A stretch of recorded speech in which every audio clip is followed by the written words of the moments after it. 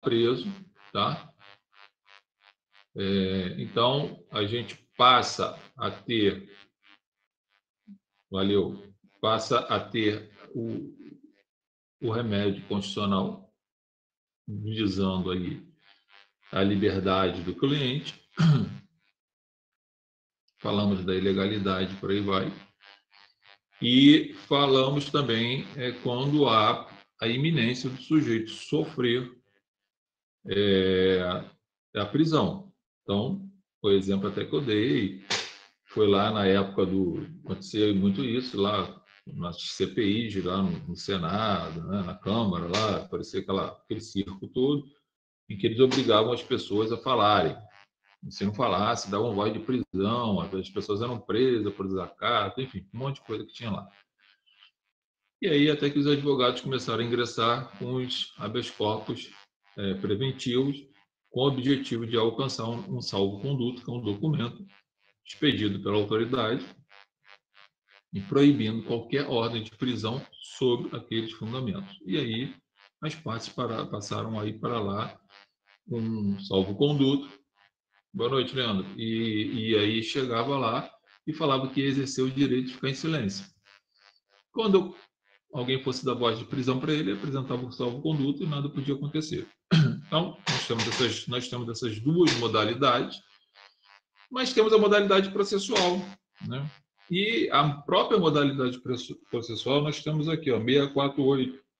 A coação considerar-se-á ilegal. Inciso 1º, quando não houver justa causa.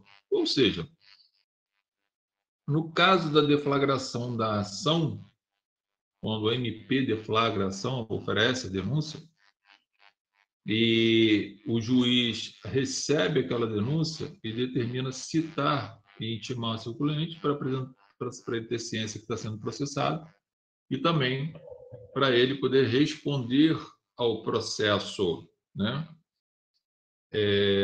Portanto, ele analisou, pelo menos em tese deveria ter feito isso, as condições da ação, 647 e 648. E aí ele passa a analisar, passa a analisar as condições da ação. Dentro disso aí, você, advogado contratado, ele já deu uma decisão lá de recebimento da denúncia, você recebeu seu cliente no seu escritório. A gente sabe que quanto à decisão de recebimento de denúncia não tem recurso. Portanto, o remédio a ser utilizado é o habeas corpus. Então, está mais do que provado da existência, da possibilidade de um habeas corpus processual, inclusive com previsão no inciso 1º, que eu ingresso com habeas corpus com o objetivo de trancar o processo, né? E não mais a ação, porque a ação já foi realizada. Quando o promotor protocolizou a peça dele, ele já agiu, a ação é de acto, de agir. Então, já agiu, já protocolou, acabou, agora virou um processo. Então, eu tento entrar, ou eu entro com habeas corpus para trancar aquele processo, que já foi recebido pelo juiz. E eu vou entrar com esse habeas corpus numa instância superior. Por que eu não vou entrar com habeas corpus na instância original, por exemplo, na primeira instância? Porque o juiz já deu a decisão dele de recebimento da denúncia. Se ele está convencido que tem autoria, tem materialidade, tem justa causa, tem todos os elementos da ação penal presente, para que eu vou ficar batendo numa tecla, ok? Para onde eu vou? Para uma instância superior que possa dar uma ordem por ser uma instância superior. Então, a ideia do habeas corpus também, nesse caso aqui, é porque tem previsão legal. E aí a essência dessa previsão legal é porque o resultado final do recebimento dessa denúncia, por exemplo, uma ausência de justa causa, é a probabilidade, ou possibilidade, melhor dizendo, do meu cliente ter o direito de liberdade ferido lá na frente, no final do processo, tal como uma condenação. Então, não é mandado de segurança aqui, né? Porque não é um direito líquido e real, líquido e certo do réu, de não ser processado. Tá? Então, aqui no caso do recebimento da denúncia, o único remédio que a defesa pode ter para impedir que aquele processo siga adiante com o objetivo de chegar ao final com uma sentença, e a gente não sabe qual vai ser o resultado dessa sentença, se vai ser absolutória, se vai ser condenatória, o importante é você talvez entrar com esse habeas corpus, se for o caso. Também, se você achar que não tem que entrar, o processo vai seguir normal. Certo é que ele fala das ilegalidades, e a gente vai vendo aqui que eu tenho, então, a ilegalidade para colocar alguém em liberdade que já está preso, ou para impedir que alguém seja preso, ou para atacar um ato processual, como é o caso da ausência de justa causa no recebimento de uma denúncia.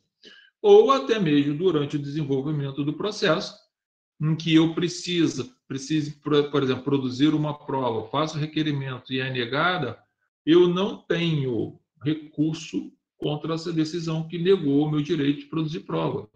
Se você abrir, eu já falei isso, se você abrir o 581, não tem lá no inciso 1000.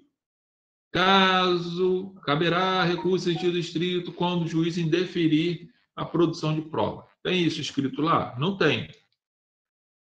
Então, caindo naquela discussão lá, né? Caindo naquela discussão lá de que o rol do 581 é taxativo, então não tem outro remédio, não tenho nenhum recurso. O que eu posso fazer para produzir essa prova é habeas corpus. Dizer, cara, por que você está falando de habeas corpus e não fala mandado de segurança? Já falei. Porque mandado de segurança, né? Nesse caso aqui, não é direito líquido do réu de ter, né, o procedimento, né, realizado através de uma decisão favorável a ele. Quem decide é o juiz. Se o juiz decidir certo ou errado, você vai tomar as medidas cabíveis. Agora, você tem o direito líquido e certo de requerer a produção da prova. Mas você não tem o direito líquido e certo da concessão do seu requerimento ou do deferimento do seu requerimento. Portanto, faça um habeas corpus.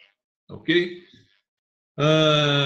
Lembrando, habeas corpus é uma ação. Se ele é uma ação, eu tenho todos os elementos constitutivos para o desenvolvimento de uma ação. Para a doutrina tradicional, eu preciso ter uma parte legítima, eu preciso ter um interesse, a parte tem que ter interesse, tem que ter ainda a possibilidade jurídica que possa ser ofertado pelo Estado, né? E tem que ter a justa causa, que é o liame subjetivo em autoria e materialidade. Então, para propor um habeas corpus, se nós formos levar em consideração a classificação da doutrina tradicional, que transportou do processo civil os elementos de desenvolvimento da ação para o processo penal, nós teríamos essas condições com a inclusão da justa causa. O Aurílio Lopes Júnior, ele trata esses nomes com outras nomenclaturas, que no fundo é exatamente isso, porém com outras nomenclaturas. E aí não é assunto para a gente ficar discutindo aqui, né? O que interessa saber o que é o habeas corpus? É uma ação autônoma, é uma ação constitucional autônoma e subjetiva. Ok? Você entra se você quiser. Ela é autônoma. Ela não depende de nada e de ninguém. Ok? E ela é constitucional porque tem previsão constitucional. Acabou.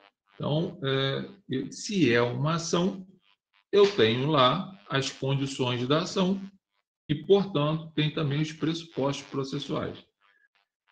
Quando a gente fala em legitimidade, a primeira coisa que a gente tem em mente, né, que nós teríamos que ter a parte que está propondo tem que ser a parte legítima, ou seja, ou ela é legítima porque ela está ligada pelo direito material, seria parte, e eu preciso mover um processo contra a Sara, e eu contrato a Mara, que é advogada. Eu tenho legitimidade para promover o processo contra a Sara? Tem, porque o direito material é meu. Eu comprei dela um carro, só que esse carro é roubado. E aí eu agora estou processando ela. Ok? Direito material está ligado entre eu e ela. Tá? Mas a legitimidade, essa é a minha legitimidade de parte. Eu agora tenho que ter a legitimidade de postular, que vai ser a legitimidade de um profissional técnico. Para o habeas corpus, essa questão da legitimidade está fora. Por quê? Porque, por se tratar, né, de direito, né, de liberdade, direito indisponível, qualquer pessoa pode interpor um habeas corpus em favor de outra, mesmo sem procuração e mesmo que não seja advogado. Ou até Sara inocente, imagino, ou até mesmo como é feito, simples. Quando a gente for estudar a prática, lá a gente vai ver, mas é simples. Isso aconteceu na prática, Cristiano. O Lula, quando estava preso aí, teve várias pessoas, vários advogados e até pessoas que não eram advogados, apresentavam habeas corpus. Fulano de tal, Joaquim da Silva, brasileiro, papapá, morador residente da rua tal, X tal, teve ciência da prisão do presidente Lula, e inconformado com tal determinação de um magistrado ou de um tribunal, vem propor a ação de habeas corpus em favor de fulano de tal, Lula da Silva, por causa disso, pouco importa. Se ele vai descrever o que ele quer, no final vai pedir. Requer expedição de alvará de soltura para que o mesmo possa ser solto, responder o processo de liberdade. Ponto, colocou lá. Tá? Pode, qualquer pessoa pode interpor. Até o sujeito que não é. Então, é exatamente isso. Ele vai escrever, ele só vai ter que ter acesso ao Tribunal de Justiça, mas tem como ter acesso ao Tribunal de Justiça. Tá? Tem até opção lá, ainda mais se tratando de habeas corpus, tem a opção lá de entrar sem ter que fornecer que é advogado. Até a própria parte pode interpor esse habeas corpus. Tá? Então, dificilmente você vai encontrar um leigo ingressando com habeas corpus, porque não sabe nem a quem se dirigir. Mas o advogado acontece várias vezes. Tá? Então, não tem nenhum problema você interpor habeas corpus para outra pessoa, em nome de outra pessoa, e por aí vai. Se você for advogado, eu não preciso nem de procuração para interpor o habeas corpus. Tá? Não preciso nem ter procuração para interpor esse habeas corpus aí. Por quê? Porque a medida é urgente, é necessária, porque o perigo já deixou de ser perigo, já se tornou uma realidade, e o cliente está com, e o sujeito está com o seu direito de liberdade cerceado. Então, portanto, você pode interpor, outra pessoa pode interpor. Então, eu tenho o interesse, qualquer pessoa pode interpor, eu tenho a legitimidade, qualquer pessoa pode interpor. Eu tenho até interesse, esse interesse é redundante, mas é interessante essa parte, porque, na realidade, nós vivemos em um condomínio, né? A sociedade nada mais é do que um condomínio social, né? Então, Rui Barbosa já falava isso. Rui Barbosa falava que uma vez uma pessoa tendo a sua liberdade segregada,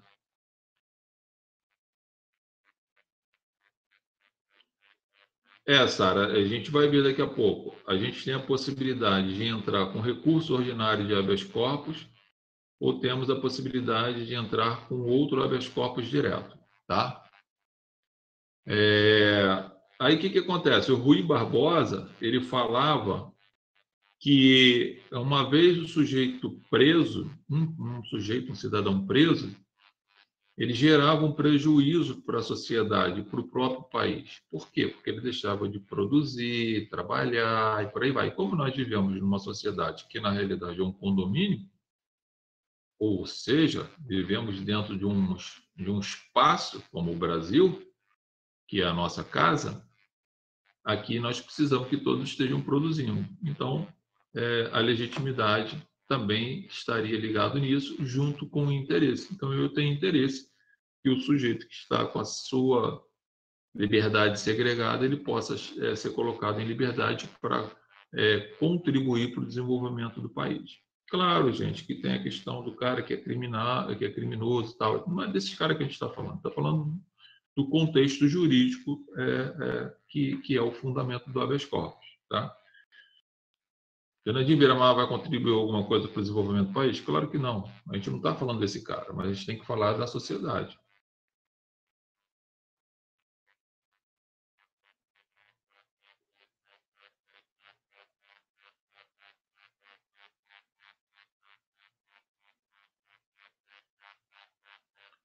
Quando o advogado interpõe um HC para pedir o trancamento do processo. Não, só tem um habeas corpus. O juiz, quando recebeu a denúncia, valor não, você não paga para entrar com habeas corpus, tá, gente? Habeas corpus é gratuito. Não se paga custas para habeas corpus. É isso? Você quer saber?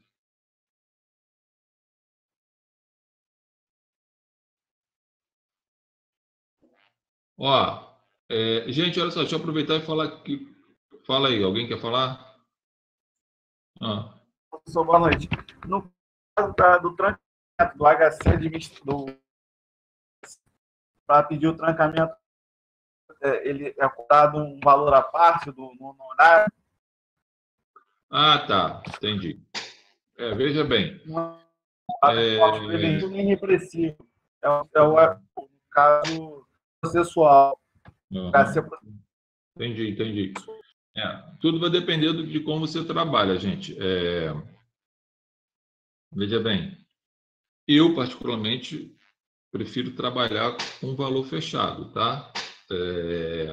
Ou seja, o cliente chegou, sentou, tal, contou a história triste dele lá, falou tudo que tinha que falar, e eu já passo um valor para ele de tudo que eu vou fazer. Você tem duas formas. Ou você faz uma cobrança, um valor fechado, informa para ele, eu vou te cobrar da defesa preliminar até o trânsito em julgado. Então, tudo que for preciso para a sua defesa, se eu tiver que fazer 10 habeas corpus, para o STF, para o STJ, para Marte, seja para onde for, está incluído nesse valor. Se eu tiver que fazer os recursos, sustentação oral, tudo está incluído nesse valor. Ok? Fechou, fez o contrato, o cara assinou, beleza. Aí eu não cobro nada à parte. Agora, se eu... Já vou, Sara, só um minutinho. Agora, se eu for cobrar por parte, por ato, aí eu vou, à medida que for tendo dificuldade, à medida que eu precisar interpor recurso, habeas corpus, por aí vai, eu vou cobrar, que não é a melhor coisa, tá, gente? A melhor coisa é você cobrar fechado. Você não tem dor de cabeça, faz um contrato, limita da onde você vai trabalhar até aonde, e ali você especifica tudo. É a melhor coisa, tá? Prazo para o habeas corpus, Sara, eu não tenho prazo para interposição de habeas corpus. Eu posso interpor o habeas corpus a hora que eu quiser. Sim, mas eu estou perguntando, tipo assim, depois que o senhor dá a entrada, quanto tempo tem para o senhor obter a resposta? Uma semana? Aí é uma outra história, vai depender. Se eu, no meu habeas corpus, eu faço e ainda faço um pedido de liminar, ou seja, é como se fosse uma tutela antecipada numa ação civil de vocês lá, o desembargador, o relator, que está recebendo esse habeas corpus, se ele deferir, gente, 24, 48 horas você tem essa resposta. Dá liminar. O mérito depois vai ser colocado em mesa para ser julgado. Mas se ele indeferir essa liminar, nós não temos um prazo, tá, Sara, concreto. Às vezes leva 2 meses, às vezes leva 3 meses, às vezes leva 4 meses, depende. Que o remédio que deveria ser, né, rápido, pelo menos aqui no Rio, tá? Se for em Brasília, às vezes demora até um pouquinho.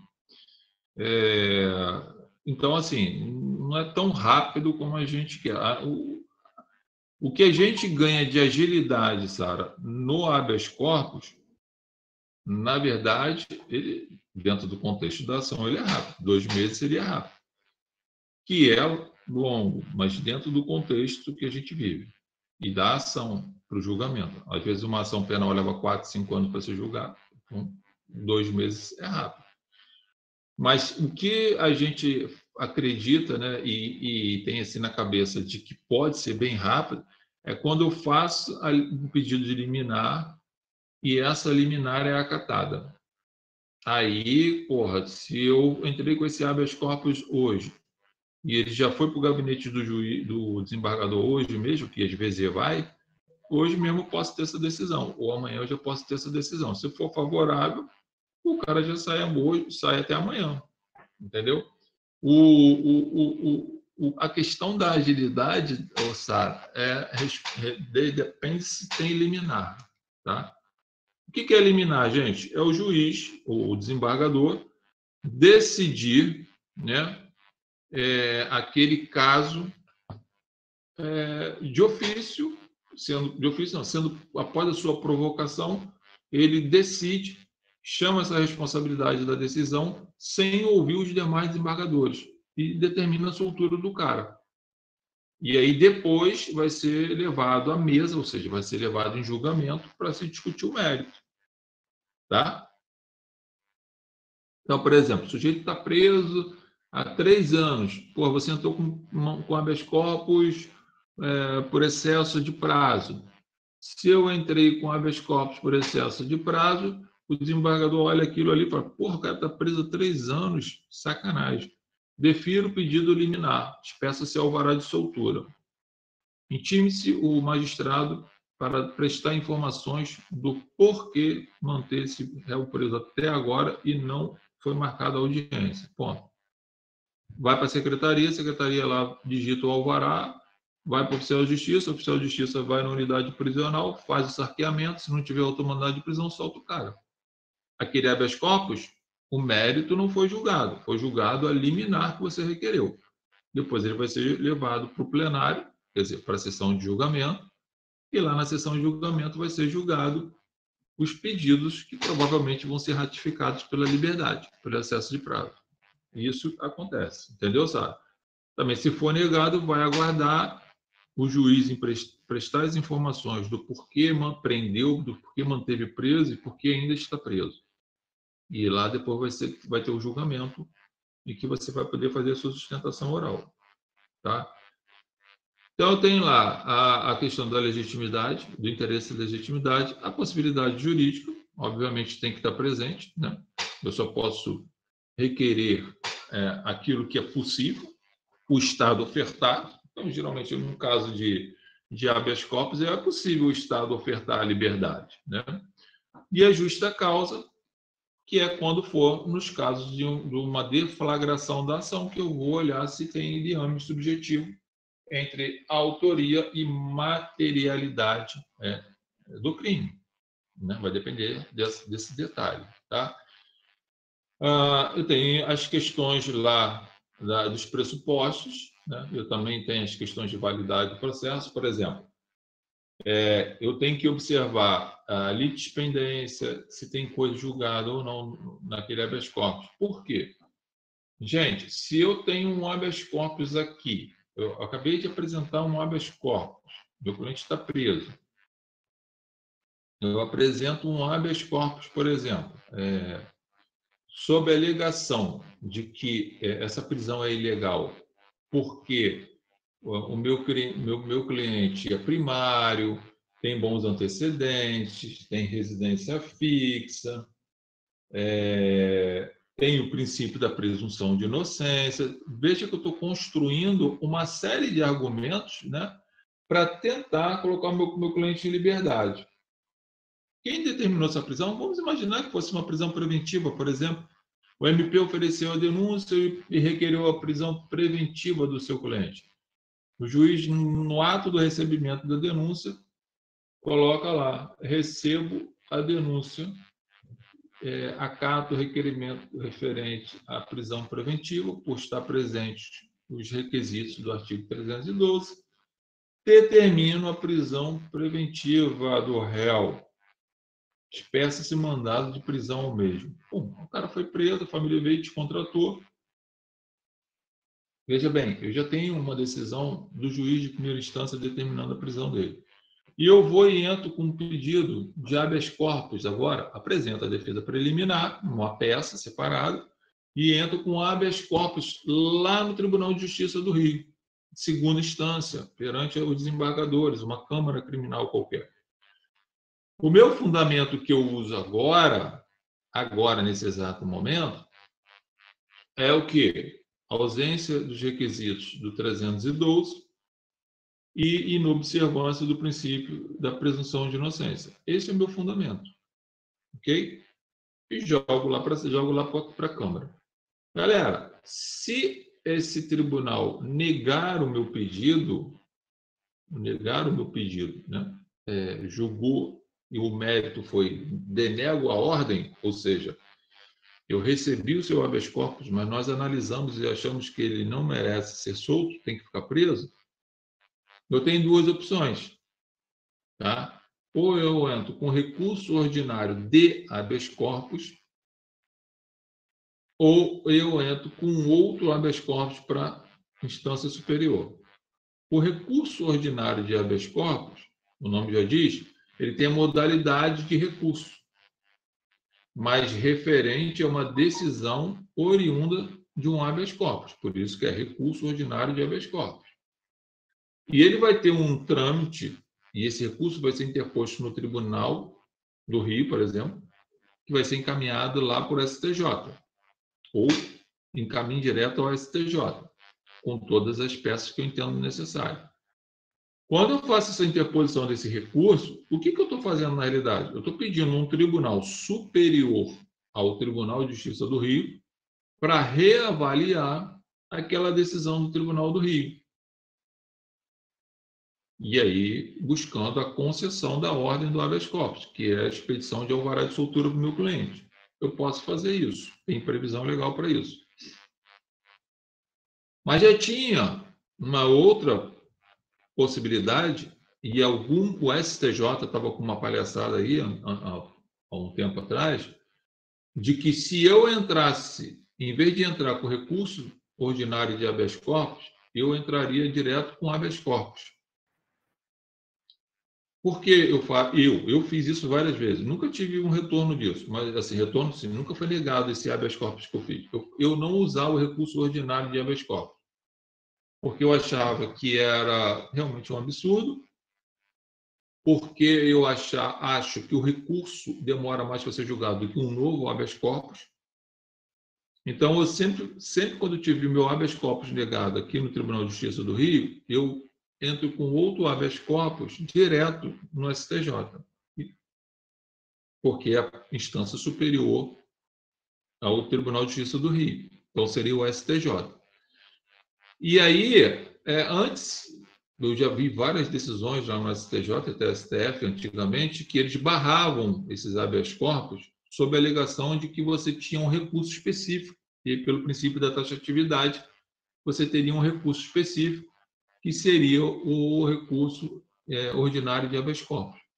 Mas o entendimento mudou, porque eles entenderam que estava tendo realmente uma intercorrência muito grande para se apresentar o recurso, para se apresentar um habeas corpus, por ser mais rápido e porque a medida que se buscava era em razão da gravidade do ato, que era a prisão de alguém. Tá? Então, hoje, Sara, a pergunta que você me fez eu tenho duas opções. Ou eu, quando tiver o meu habeas corpus negado no Tribunal de Justiça do Rio, eu entro com recurso ordinário de habeas corpus para o STJ, ou eu entro direto com habeas corpus para o STJ. Tá? Veja bem, eu posso entrar com um habeas corpus, por exemplo, novo no STJ, sob os mesmos argumentos que eu já fiz no TJ. Por quê? Porque, em regra, não mudou nada.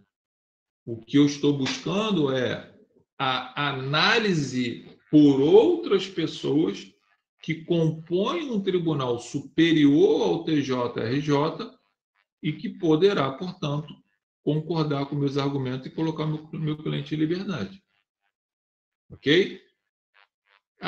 E se o STJ negar? Eu posso interpor um recurso ordinário para o STF ou eu posso interpor diretamente um habeas corpus para o STF. Ok? Isso se a STF negar. Aí senta e chora e espera um pouco para ver o que vai fazer depois. Porque é a tua última opção. Então, é possível eu entrar com esse habeas corpus? Ok, gente? Até aí? Então, vejam que eu estou escalonando os órgãos superiores e provocando eles para analisarem as matérias. Quando eu tenho negado um habeas corpus meu aqui, no TJ-RJ, eu não posso entrar em regra, se for uma pessoa comum, com habeas corpus direto no STF, porque o que vai acontecer lá? Ele não vai ser admitido porque nós estaríamos suprimindo uma instância. Que instância é essa? STJ. Se eu tenho um grau, um escalonamento, né? Uma organização judiciária para isso, eu tenho que respeitar ela. Então, a regra é, juiz de primeira instância determinou a prisão, habeas corpus, se for o caso, para o Tribunal de Justiça. O Tribunal de Justiça negou o seu habeas corpus, não deu a ordem de soltar, o que acontece? Habeas corpus para o STJ. O STJ não deu a ordem para soltar, habeas corpus para o STF. Ok? Então, é nisso que eu vou fazer. Agora, como eu estou falando das questões lá, né, de litispendência e por aí vai, eu tenho que ter o cuidado do seguinte: se eu entrei com habeas corpus no TJ-RJ e aqui foi negado, e o meu fundamento foi ausência dos requisitos do 312 e inobservância da presunção de inocência, e o tribunal já negou, o que eu tenho aqui, gente? Transitou em julgado. O que aconteceu aqui? Fez coisa julgada. Ok? Então, em tese, eu não posso mais entrar com outro habeas corpus para o Tribunal do Rio de Janeiro com os mesmos fundamentos, porque eu vou ter o quê? Coisa julgada. Mesma pessoa, mesmo pedido, fundamento e mesmo tribunal. Então, não tem porque o mesmo tribunal ficar revendo isso. Por isso que eu tenho que ir para o STJ, por isso que eu tenho que ir para o STF. Mas vamos supor, Sara, que nessa brincadeira toda aí, eu cheguei até o STF, já se passaram 2 anos e meu cliente ainda está preso. Nada impede que eu venha agora e faça um novo habeas corpus. Falando 2 anos, mas poderia ser 1 ano, 8 meses, vai ficar a seu critério. Mas nada impede que eu venha...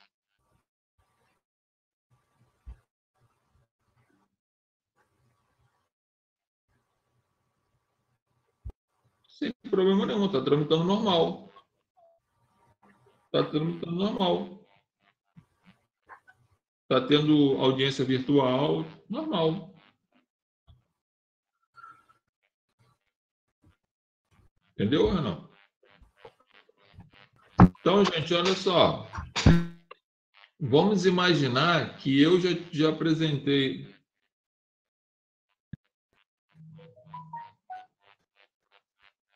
Cara, tem alguns lugares aí que soltaram, você está entendendo? E não é uma regra, não, tá, Renan? Não tem como ser uma regra, não. Que vai soltar porque tem o corona, tem o Covid aí. Não é por isso, não. Tá? Isso vai depender muito do caso concreto, do crime que foi praticado, se o cara é reincidente, se não é reincidente. Isso tudo vai ser levado, mas não é porque tem Covid e o cara entrou com habeas corpus e o outro vai ser solto. Não é por isso, não. Tá? Então, olha só, o que a gente tem que observar? Se eu entrei com habeas corpus lá no tribunal, sobre esses argumentos da ausência dos requisitos do 312, sobre a ausência da inobservância, né, da presunção de inocência, e foi negado, eu não posso mais entrar com habeas corpus com esses fundamentos, porque o tribunal não pode julgar novamente uma coisa que já foi julgada. Mas eu posso, por exemplo, Sara, entrar com habeas corpus com um outro fundamento, tal agora como excesso de prazo. Habeas corpus com pedido de liminar em razão do excesso de prazo. Ok? Está se ferindo a duração razoável do processo. O juiz ainda não julgou, meu cliente está preso há 2 anos, sem ter contribuído para que esse atraso acontecesse. Portanto, está presente uma má prestação jurisdicional que está gerando prejuízo ao meu cliente, que já poderia ter sido julgado, talvez poderia ter sido absolvido e estaria em liberdade. Então, agora eu posso fazer esse habeas corpus para dentro do Tribunal de Justiça que anteriormente negou aquele outro habeas corpus. E por que eu posso fazer isso, Zé Carlos? Porque o fundamento que eu estou usando é outro. A parte é a mesma, o tribunal é o mesmo, o fato é o mesmo. Porém, o fundamento pelo qual eu estou requerendo é diferente. Já não é mais com base na decretação ou na manutenção da prisão preventiva por força do 312. É uma outra opção dentro do mesmo tribunal, porém com outro fundamento. Tá?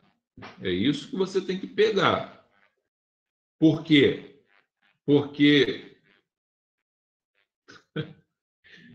Não, Sara, não é não. Tem velho truque aqui não.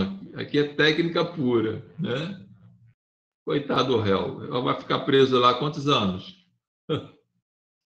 Porque, Sara, se você entrar daqui a 1 ano com os mesmos fundamentos anteriores, ou seja, com base na ausência dos requisitos do 312, e com base na inobservância da presunção de inocência, o que vai acontecer aqui? Se já tiver sido julgado, vai dar o quê? Litispendência. Vai dar a coisa julgada. Agora, olha só. Olha o detalhe aqui. Se você entrou... Gente, se você entrar com habeas corpus, e aí, olha, cuidado. Eu entro com habeas corpus com pedido de liminar no Tribunal de Justiça, requerendo...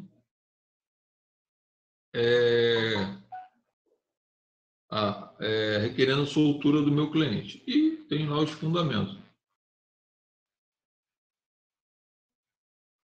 Sim, mas a ideia aí, Sara, veja bem, tem fundamento essa ideia, tá? Por quê? Olha só.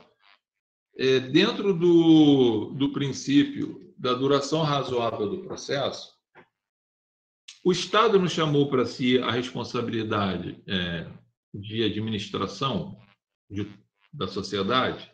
Não é ele que dita a regra, não é ele que faz tudo.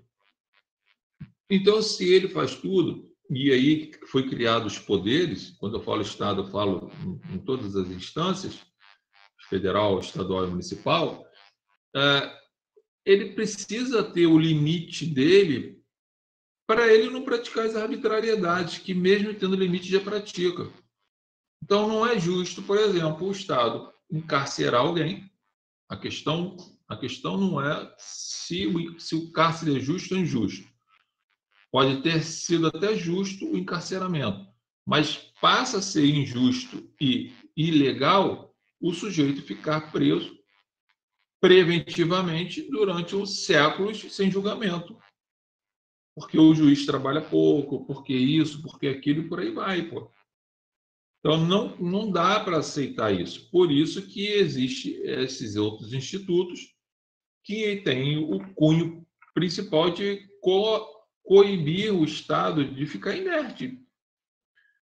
Quer ver um instituto típico disso? A prescrição. O objetivo da prescrição, né, é, na realidade, fazer o seguinte: Estado, o cara praticou o crime, você tem um prazo para você resolver esse problema. Agora, se você não fizer isso, a sociedade vai pagar esse pato aí, porque a gente pode ter um culpado solto aí porque você dormiu. Se, com todos esses institutos, nós temos uma prescrição do crime de homicídio de 20 anos, gente. E volta e meia tem crime de homicídio prescrito, porque o Estado não conseguiu fazer nada. Porra, levou 20 anos.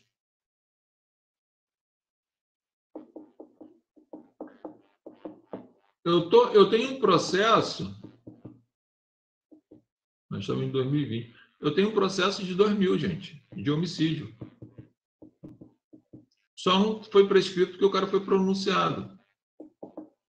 Tá? De 2000. Estou falando de um processo de 2000. Nós estamos em 2021. 2020, né? 2020. Nós estamos com 20 anos e o cara não foi julgado ainda. E não é culpa minha, não. Só sem andamento do processo, a última vez que eu fiz uma petição nesse processo, tem mais ou menos 2 anos e meio, e o processo não anda. Que é para marcar o júri do cara e não marcaram até hoje. E o cara está em liberdade. Tá, claro, está solto.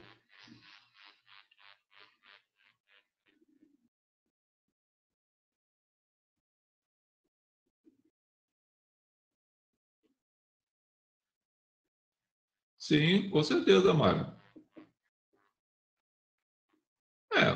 Pode demorar, Cristiano. A questão que a gente está falando aqui, né? Na questão técnica e aí na questão já de operador de direito. Mas agora vamos falar como cidadão, como sociedade. Porra, me interessa para você ter um cara que ele está 20 anos soltos e vamos supor que esse cara fosse um criminoso potencial. Esse cara estaria matando um monte de gente até hoje aí. Então é inadmissível isso acontecer. É inadmissível isso acontecer. Entendeu? Isso não é bom para mim, não é bom para ninguém. Se a gente quer uma cidade melhor, um país melhor, não é justo isso, né? Então, por isso que tem, Sara, alguns institutos, tal como o princípio da duração razoável do processo, para coibir o Estado de trabalhar. Também o sujeito não pode ficar com a espada de Damocles na cabeça dele, esperando a qualquer momento aquilo ser cortado e matar ele, né? Sim, Sara, Mara. O princípio da dignidade humana, né? Nós poderíamos, de uma forma figurativa, colocá-lo como tronco, né? E sairia os seus ramos, que são os outros princípios, né? E Mas esse princípio da razoabilidade é muito subjetivo, porque o que é razoável para mim, de repente, não é para o senhor, entendeu? Isso, cara, é muito complicado mesmo. Pô, 20 anos para poder resolver um caso, cara, é muito complicado mesmo. E eu tô te falando, eu tenho mais ou menos, gente, eu devo ter, acho que minha última petição foi 2 anos e meio, quase 3 anos atrás que eu fiz. E não foi recurso, não foi nada. Só tomando ciência do acordo e aguardando marcar plenário. Não marcou 3 anos aí nessa história. Não marcou plenário. Só que o cara está solto. Os fundamentos não faltam, né, gente, para você fazer um habeas corpus, né? Agora, o que você falou, Sara, esse subjetivismo, ele perdeu, o legislador ele perdeu a oportunidade, né, de resolver isso quando ele estampa a duração razoável do processo e não estipula um prazo. Entendeu? Então, a duração razoável do processo, como é mencionado hoje a duração razoável de um processo, que é também subjetivo, para quem está decidindo se é razoável ou não aquele tempo. É a quantidade de réus, a dificuldade de elucidação dos fatos do processo. Muitas vezes eles se escondem na postura do advogado, tá? Sim, muitas vezes eles se escondem na postura do advogado, ou seja, eu, advogado, se eu faço 1, 2, 3, 4 requerimentos, que é previsto em lei, tal como requerer perícia, requerer alguma outra coisa, eles falam que essa duração do processo está ocorrendo por culpa da defesa que está fazendo muito requerimento. Pô, mas os requerimentos para exercer uma defesa técnica, né, condizente com o que merece o réu, ele precisa peticionar, ele precisa produzir provas. Então, eles se escondem nessas coisas e jogam tudo na conta do advogado, tá? Quando, na verdade, é uma inércia do Estado juiz, em regra.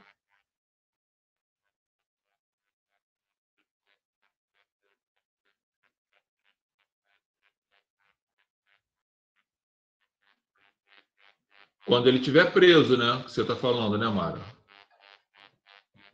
Sim, enquanto ele estiver preso, sim. Enquanto ele estiver preso, eu sempre vou trabalhar no primeiro momento, né, gente? Se meu cliente foi preso legalmente, se a prisão foi legal, e aí eu digo legal no sentido processual. Qual é a minha construção aqui? Para soltar ele, a ausência dos princípios, a ausência dos requisitos do 312 e bater na presunção de inocência. Ok? Isso, eu vou carregar isso até o STF, se for o caso, para tentar convencer os ministros e os desembargadores e tal a soltarem o meu cliente. Se isso não acontecer, se eu chegar até o STF e isso não acontecer, gente, não tem outra alternativa a não ser aguardar. Aguardar um determinado prazo para discutir depois o quê? O excesso do prazo. Não vai ter outra alternativa para mim, né? Eu não consigo ter outro mecanismo para determinar a soltura dele. Por quê? Porque senão vai acontecer a chamada litispendência, né? É o que eu ia falar. Se eu tenho, por exemplo, um processo, se eu entrei com habeas corpus aqui no tribunal, se eu entrei com um processo aqui no tribunal, aqui do Rio, esse processo ainda não foi julgado, ou se eu entrei com processo, com um habeas corpus aqui, ele ainda não foi julgado, ou se eu entrei com uma liminar e essa liminar ainda não foi julgada, ou se eu entrei e essa liminar foi julgada, mas foi negado, mas o mérito ainda não foi julgado, se eu entrar com outro habeas corpus no STJ, se eu entrar com outro HC no STJ, o STJ provavelmente vai pedir informação ao TJ, e lá tem como confrontar, o sistema está amarrado.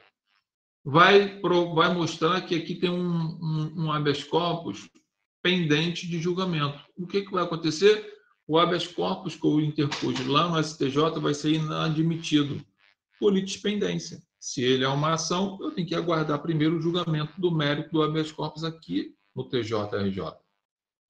Eu só vou poder entrar com habeas corpus no STJ e depois no STF quando houver o julgamento do mérito daquele habeas corpus no tribunal inferior que eu apresentei.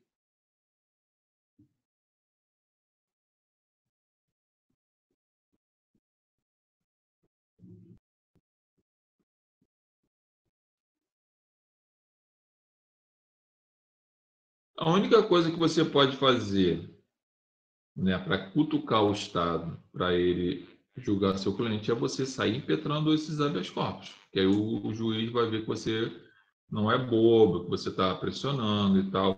Talvez fazer reclamação na Corregedoria, no Conselho Nacional de Justiça, tentar uma reportagem com o jornal, não sei. Aí, Mara, é isso que resta para a gente, né? E a gente tem casos aí das pessoas estarem presas aí já há um tempão. Isso eu estou falando ainda para julgamento. E ainda tem o caso das pessoas que já foram julgadas, já cumpriram pena e ainda estão presas. Tá? É difícil, a coisa é complicada lá dentro.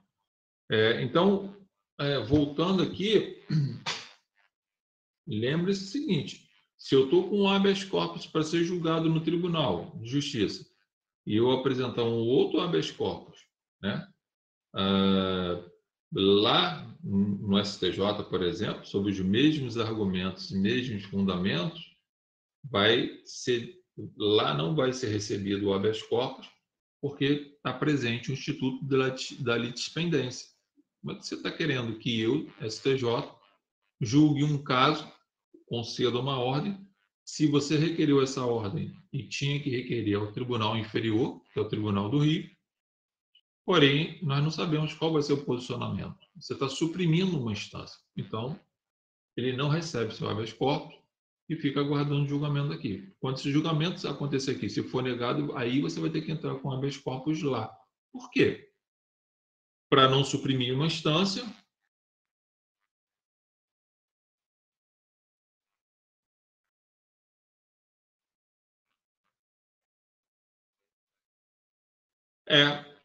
Mas acontece muito, tá, Mara? Eu costumo falar aí para alguns clientes, para os amigos gansos da Sara, alguns às vezes pedem consulta sobre algumas coisas, que eu falo, entrar no sistema penitenciário, gente, é fácil.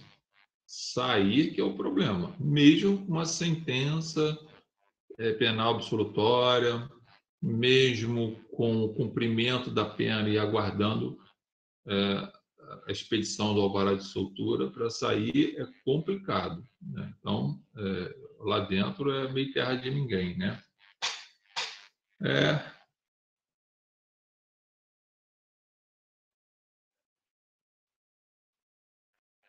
Mara, olha só, gente, eu posso assim falar para vocês porque, pelo menos dos meus casos que eu atuei e que eu atuo, todos eles que entraram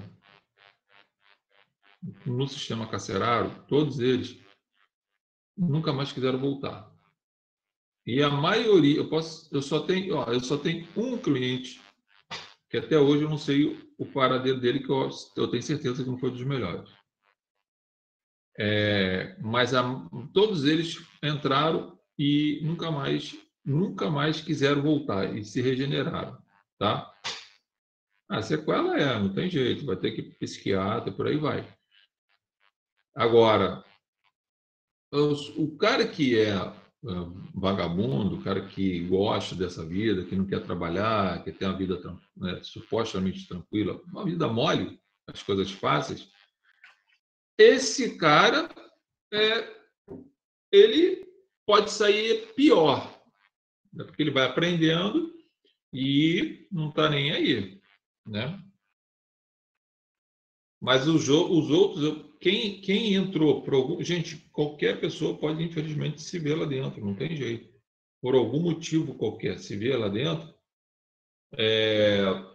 se é a pessoa do bem e foi por algum motivo qualquer que, né, jamais, que se parasse por um segundo ou tivesse uma situação diferente e não faria aquilo, essa pessoa nunca quer voltar para o sistema carcerário. E ela sai regenerada não pelo sistema, mas por ela. Tá? Não pelo sistema, porque o sistema realmente não regenera ninguém. Mas ela volta por ela porque ela já passou o que é e não quer retornar para aquele lugar. Entendeu?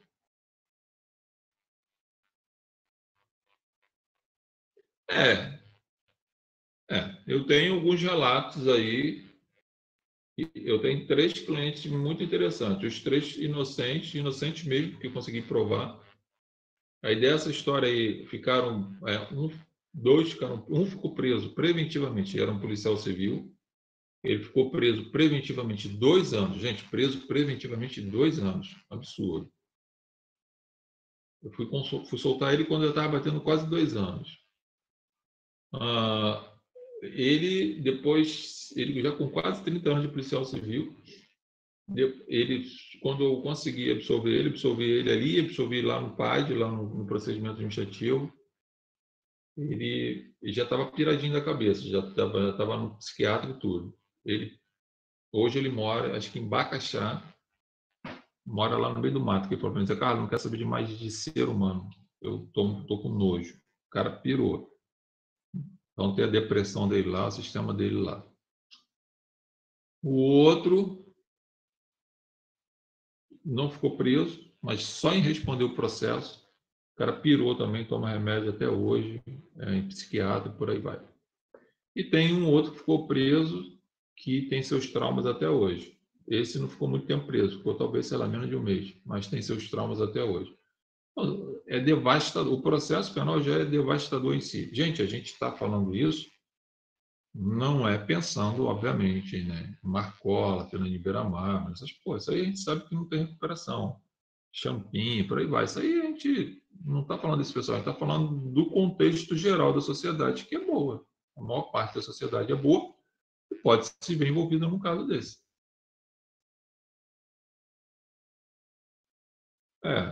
A cadeia, na verdade, o cheiro é horrível porque as pessoas, né, infelizmente, não pegam direito do banho, o sol, tomam banho, essas coisas.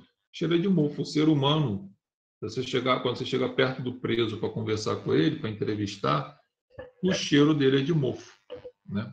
A pele dele cheira mofo, né? Mas não se preocupa não, Mara. Tem mulher que gosta, tem mulher que se casa com presidiário lá, namora, né? Tem mulher que vai visitar o irmão. Tem menina que vai visitar o irmão, conhece o colega do irmão que está lá preso e namora, né? Como é a vista de como? A visão do advogado para com os presos? A visita? Em regra, sim. Agora, o final de semana tem alguns horários, até por questão de segurança e de organização. Eu acho que isso aí é interessante, né? Daí fica por unidade. Você liga para lá e vê qual o horário, sábado, domingo, você pode ir lá, você pode, não tem nenhum problema, não. Não, monitorada, não. Eu entrevisto meu cliente sozinho, eu e ele. Tá? Você encontra uma série de dificuldades dentro do presídio, os carcereiros são complicados, enfim. Mas a gente resolve lá. Se você se posicionar, você não tem problema. Eu já tive alguns problemas, né? Mas eu particularmente não chamo o delegado de ordem, não fico chamando, nunca chamei. E mesmo agora, sendo diretor, nunca precisei usar minha carteira, eu sou diretor, vou ter que chamar isso. Não, nunca usei. Quando começa a graça, eu já corto logo e por aí vai, né? Então, assim, eu vou repetir o que eu sempre falo. As pessoas vão fazer com você aquilo que você permitir. Você tem que se posicionar, né, gente? É igual uma idiotice que aconteceu aí agora, né?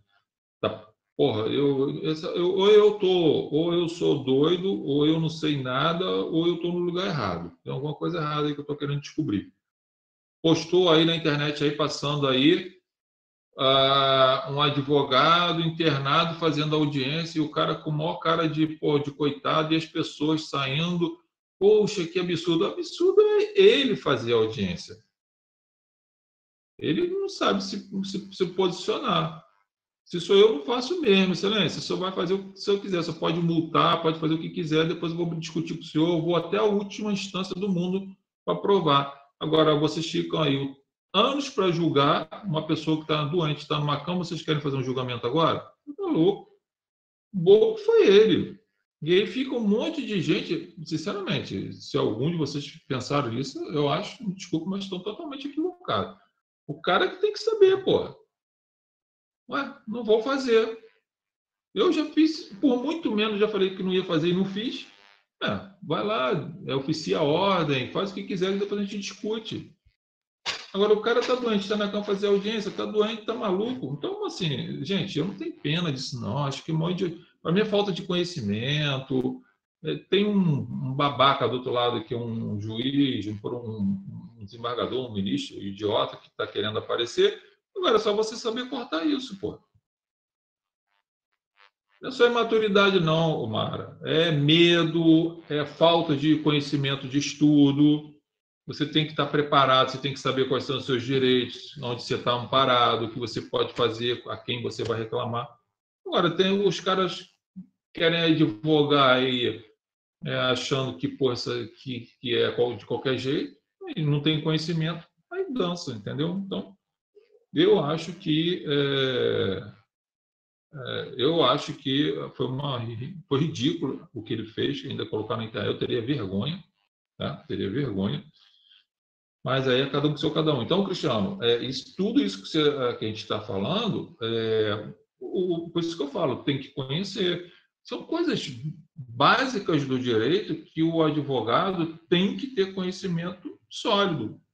Processo penal, teoria do crime, Constituição, artigo 5º, porra, se você ler só o artigo 5º, não tem muita coisa, te dá os direitos e garantias. Se você pegar o artigo 7º do Estatuto da OAB, não estou falando nem ler o Estatuto todo, gente.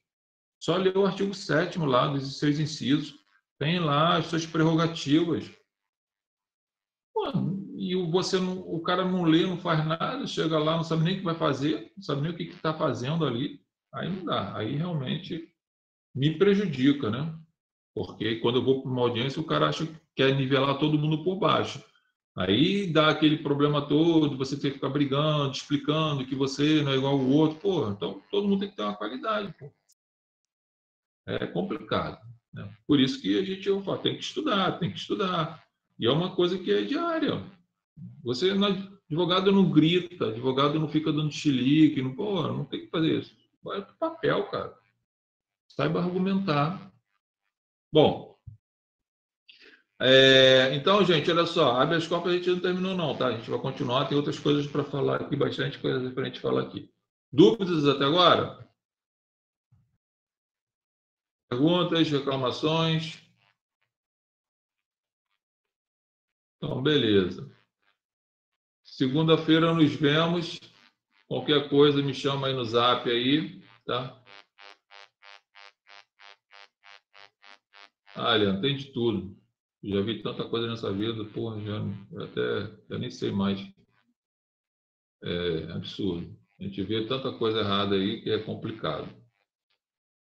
Valeu, galera. Obrigado aí.